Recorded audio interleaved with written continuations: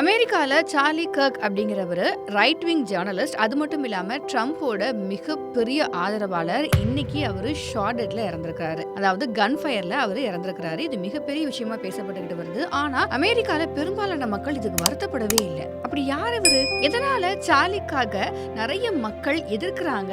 அவருடைய கருத்துக்களை ஏன் அவருக்கு பிடிக்கல? ஏன் நிறைய பேர் வெறுக்கிறாங்க? அப்படிங்கறத பத்தி கொஞ்சம் ரிவைண்ட் பண்ணி பார்க்கலாம். ட்ரம்ப்போட மிகப்பெரிய ஆதரவாளர் தான் இந்த சார்லி கர்க். அதாவது எப்படின்னா வரலாறையே மாத்தி இந்த வரலாறே ட்ரம்ப்னால தான் உருவானுச்சு அப்படிங்கிற அளவுக்கு சப்போர்ட் பண்ணி பேசுவாரு.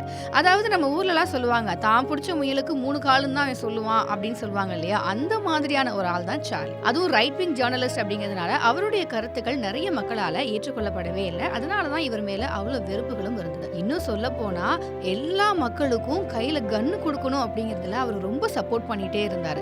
எல்லா மக்களும் கன்னு வச்சுக்கலாமே, அதை பத்தி ஒரு தப்பும் கிடையாது அப்படின்னு. அமெரிக்கால இந்த வருஷம் மட்டும் 47 கன் ஷூட்டிங்ஸ் நடந்திருக்கு. இன்னும் இந்த வருஷம் முடியல, செப்டம்பர் தான் போயிட்டு இருக்கு. இன்னும் எவ்வளவு நடக்க போகுதுங்கிறதும் நமக்கு தெரியல.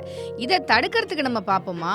ஆனா சார்லிக்காக் மட்டும் இதெல்லாம் ஒன்றும் பிரச்சனை கிடையாது, நீங்க செக்யூரிட்டிஸை வேணா அதிகப்படுத்தி வச்சுக்கோங்களேன் அப்படின்னு சொல்லியிருக்கிறாரு. இதுல ரொம்ப சேடான விஷயம் என்ன அப்படின்னா, அதே மாதிரியான ஒரு ஸ்கூல்ல அவர் டிபேட் நடத்திட்டு இருக்கும் பொழுதுதான் கன் ஷாட்ல இறந்தும் போயிருக்கிறாரு. ஒரு சில பேருக்கு சார்லி எந்த அளவுக்கு ட்ரூத் டெல்லரா இருந்தாலுமே கூட நிறைய பேருக்கு அவர் ப்ராப்ளமேட்டிக்கா தான் இருந்திருக்கிறாரு.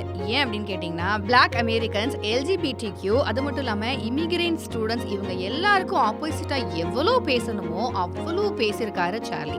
அதனால தான் இன்னைக்கு அவ்வளவு வெறுப்பையும் அவர் சம்பாதிச்சு வச்சிருக்கிறாரு. பட் இப்போ அவர் நம்ம கூட இல்லை, அதனால அவரை பத்தி நம்ம நிறைய பேசவும் முடியாது.